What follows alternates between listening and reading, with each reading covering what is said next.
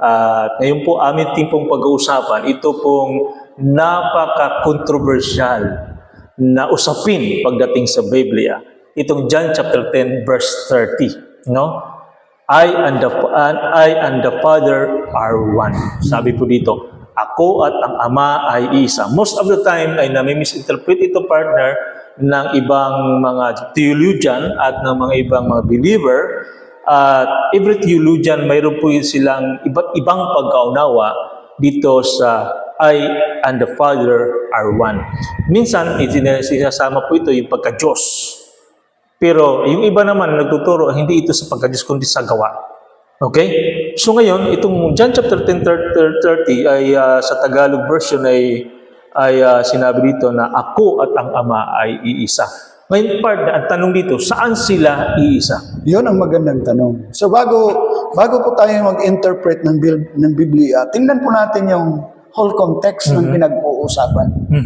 Kasi kung ito lang isa na ito, hindi natin makukuha. So, ang isang kwento, wag lang isang statement, doon ka lang magpo-focus sa isang statement. Halimbawa ito, chapter 10 verse 30. Isang statement lang to eh. Ano ba talaga ang kanilang pinag-uusapan? Ano ba kaya nagkakaroon ng maling interpretation dahil sa hindi kinukuha yung talagang thought, yung kaisipan ng isang bagay na pinag-uusapan. Ngayon dito, kung pag-aaralan po natin itong whole chapter, ang pinag-uusapan po dito patungkol sa shepherd. No? Patungkol sa pagpapastol. Sabi ni Christ, alam naman natin sa sa Psalm chapter 23, verse 1. The Lord is my shepherd, I shall not want. No? The Lord is my shepherd. Kaya nung sabihin ni Christ, kapag ang ating kaisipan ay Greek, magkakaroon tayo ng problema. Dahil sa Gregong kaisipan, pag sinabing Lord, sa kanila is Kyrios, no? Kapag ikaw ay Greek reader, ang iisipin mo, yung sa Lord sa chapter 23 ng awit, ito rin si Christ. Ito rin yung Messiah. Hindi. Kasi kung babasahin po natin ito, dalawang shepherd ang pinag-uusapan. Ang Ama at siya. No? Hindi si Christ, hindi sila pareho sa divine essence. Iba yung Ama dahil creator siya eh. Kaya sabi ni Christ, I am the good shepherd. Bakit siya naging good shepherd? Ang tanong ngayon, bakit si Christ naging good shepherd? Dahil po ibinigay sa kanya ang kapangyarihan sa langit at sa lupa. Kailan? Nung siya po ay bautismohan doon sa ilog Jordan, nung bumaba ang banal na espiritu sa kanya. Kaya yung una niyang pangaral, anong sabi niya? The Spirit of the Sovereign Lord is upon me because He has anointed me. Now, taken from the book of Isaiah. Okay? Actually, yung binabanggit mo, partner, Luke chapter 4, verse 18 to 19. Yes. Okay? So, ito po ngayon, partner. No? Because kung ating tutuloy-tuloy sa John hanggang sa 32, no? Sa babasahin natin, John chapter 10, verse 30 hanggang sa 32. And I and the Father are one. And then, verse 31, again, the Jews pick up stones to stone him to death. And verse 32, this is the reply of Jesus Christ. Jesus replied to them, I have shown you many good actions from my Father. For which of them are you going to stone me? So dito makita natin na may hint na binibigay si Jesus Christ na He's talking about the action. It's not about being one as God. They are being one in action. Because, sabi nga, walang ginagawa ang Panginoong Hesus na rin sa Kanya, kundi lahat ng yun ay sinabi sa Kanya ng Ama. At ito mga listeners, lalo na mga baguhan, yung bago pa lang, sana bigyan po natin ng Sabi ng Acts chapter 10 verse 38, klarado po dito. Gusto ko po itong share, no? Chapter 10, verse 38, sabi dito, how God anointed Jesus of Nazareth with the Holy Spirit and power, and how He went around doing good and healing all who were under the power of the devil, because God was with Him. So, Huwag po tayong ma-open. Kasi sabi, kung tayo po ay honest na mga ngaral, huwag nating idipinsa yung ating relihiyon. Paniniwala. Kung ikaw ay isang aminismo, naniniwala ka sa mga maraming Diyos. Ikaw naman ay isang Greek, naniniwala din na ang mga Diyos ay naging tao. Katulad halimbawa nung gumawa nang himala si Paul at saka si Silas. Silas, sabi nila, bumaba ang mga Diyos. Bumaba ang mga Diyos. Ang mga tao, they take in human form. No? Naging tao ang mga Diyos. Anong sabi ng dalawa? Hindi, kami katulad nyo kami. So, kapag ganun ang ating paniniwala na ang Diyos ay nagiging tao, magkakaroon tayo ng maling interpretasyon sa Biblia. Kasi sa Greek na kaisipan yun.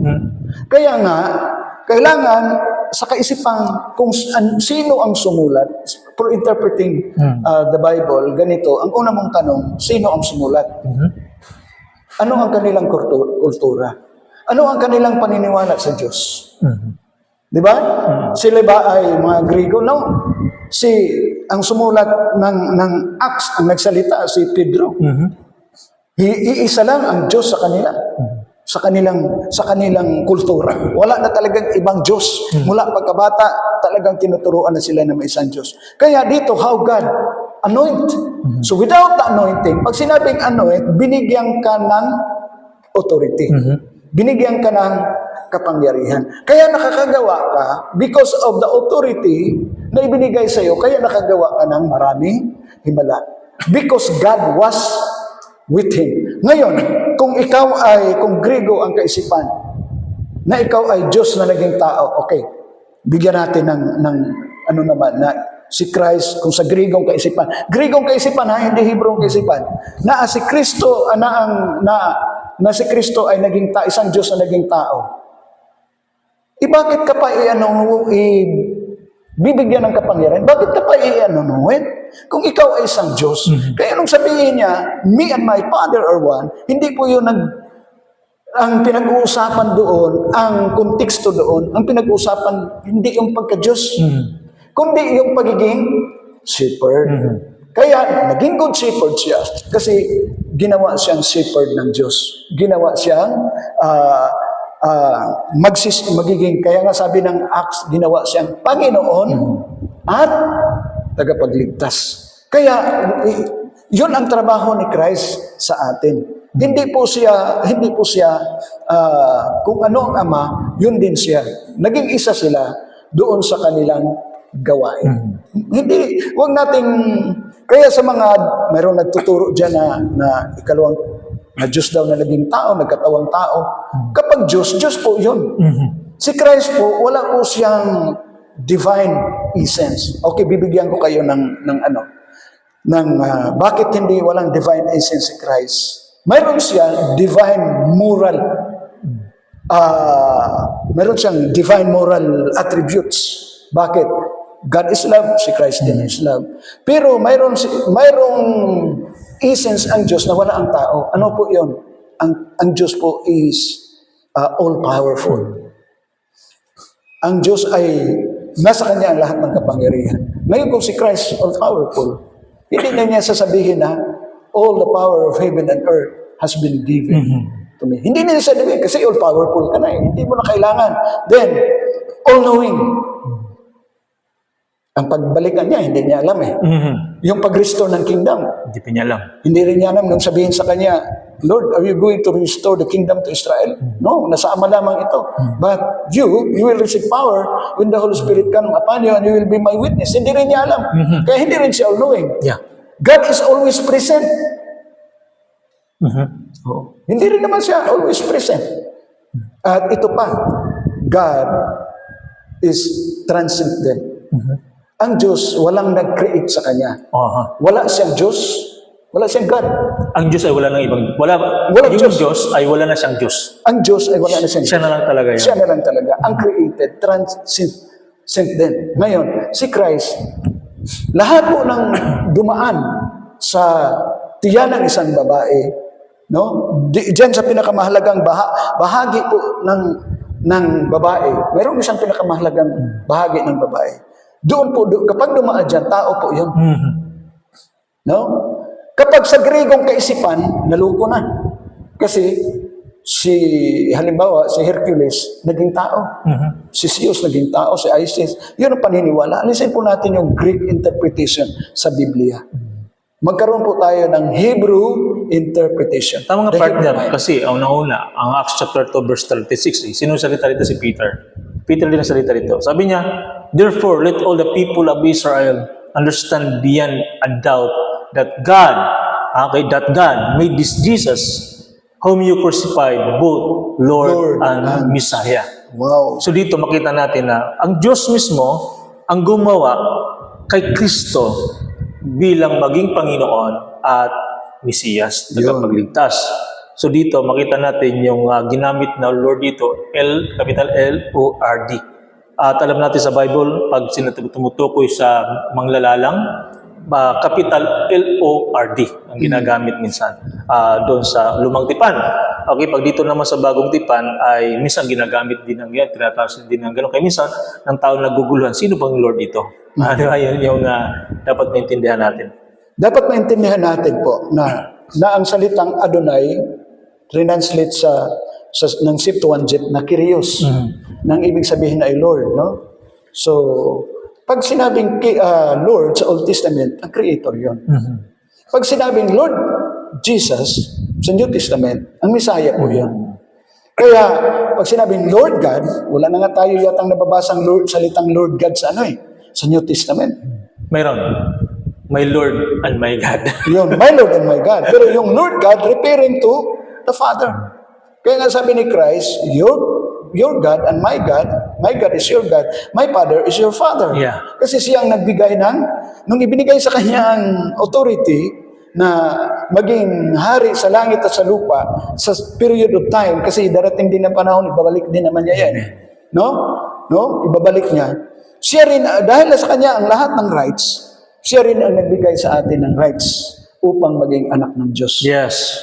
Yun dapat po natin maunawaan. Kaya nung sabi niya, me and my Father are one, maraming interpretation dyan. Pero ako, wala po akong dinidipinsahan, no? Wala tayong... Kumbaga, ang ating magkakasala ako kung ano lang nakasulat sa Biblia. Kung ano lang nakasulat sa Biblia, ayaw kong magkasala.